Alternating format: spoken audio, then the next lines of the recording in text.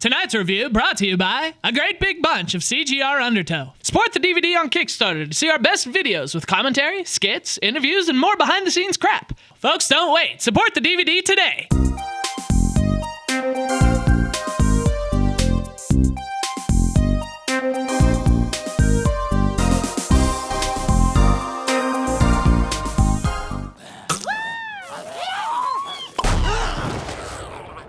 At the height of its powers and control over me, I think I had Plants vs. Zombies for about 5 different platforms. Xbox 360, Nintendo DS, iPhone, iPad, that was my favorite version. Oh, and my Mac. I've bought one game for my Mac in my entire life. That's Plants vs. Zombies. That's a game I own 5 of.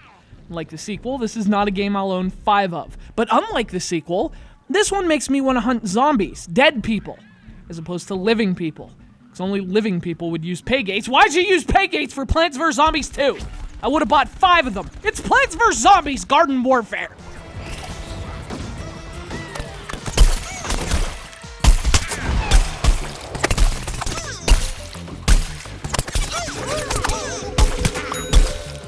So this game's kind of a weird idea, but like so many other weird ideas, it also happens to be a brilliant idea. This is Plants vs. Zombies, the strategy game mega hit, turned into a multiplayer shooter. Because obviously, right? But once you start playing it, you see how much sense this weird idea happens to make. You know the best thing about it? You don't have to spend cents to play it. You just buy the game, and then you get to play it. Remember those days? So how do you turn Plants vs. Zombies into a shooter? Well, it's easier than you'd think. One team of plants, one team of zombies. The plants are protecting a garden, the zombies want to destroy the garden. Now shoot each other in the face and have fun. That's garden warfare. The original concept actually makes perfect sense in this kind of shooter. Unfortunately, it's a pretty good shooter, too. That is, when you can play this pretty good shooter.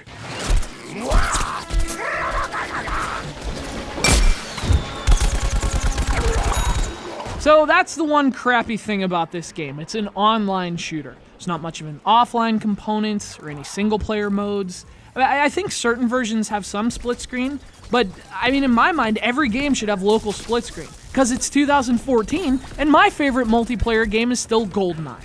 So obviously these online-only games sort of irritate me, because you're basically buying a game with an expiration date, you know? Because once the servers are shut down, the game is shut down.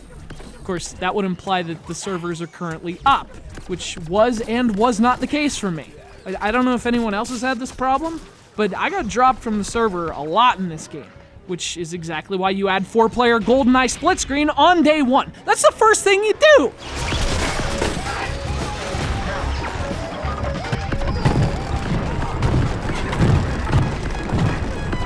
Now, it's a pretty simple game, so the content's pretty simple too. You know, there's only a couple different modes. It's not like any of them are groundbreaking or anything. There's a deathmatch mode and a survival mode.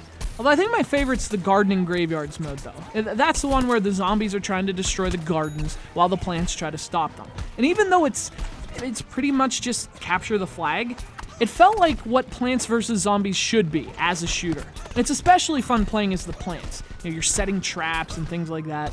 In fact, I almost always preferred playing as the plants. I mean, the two sides are pretty balanced, so there's no real advantage to one or the other. But I don't know, I just found the plants more interesting. You know, the pea shooter is sort of that general soldier type. I really liked playing as the sunflower, because with that one you can heal your teammates, but you also have this wicked sunbeam that you can use to snipe enemies from a distance. Of course, the drawback is you're not much of a threat in close quarters. But that's another great thing about this game. You know, all the characters have pretty clear strengths and weaknesses, so there's always some strategy in picking which one works best for you. And actually, it's the same story with the maps. You know, even though there's not many, each one has advantages and disadvantages for certain types of characters. Some have a lot of those tight quarters, some have better vantage points, things like that. So the maps are thought out pretty well too. You know, it's just a fun and well-conceived shooter all around, where you might expect a cash-in that just uses the franchise's name to move a generic shooter. That's not what this is. I had a blast with this game. Again, I wish there were ways to play offline too. Like, I still play GoldenEye split screen after 17 years. In 17 years, this game will have wilted and died. And guess what else? Yep, I'll still be playing GoldenEye.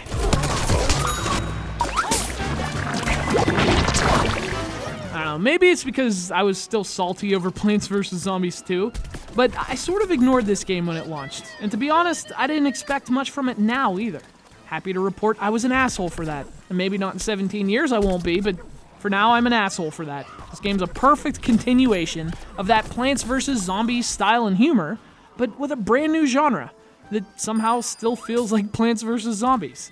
And that's impressive. It plays great, the presentation's fantastic, it looks and sounds awesome, there's plenty of customization, and you can snipe zombies with lethally concentrated UV rays. At least for now. It's Plants vs. Zombies Garden Warfare. Take this, Pay Gates!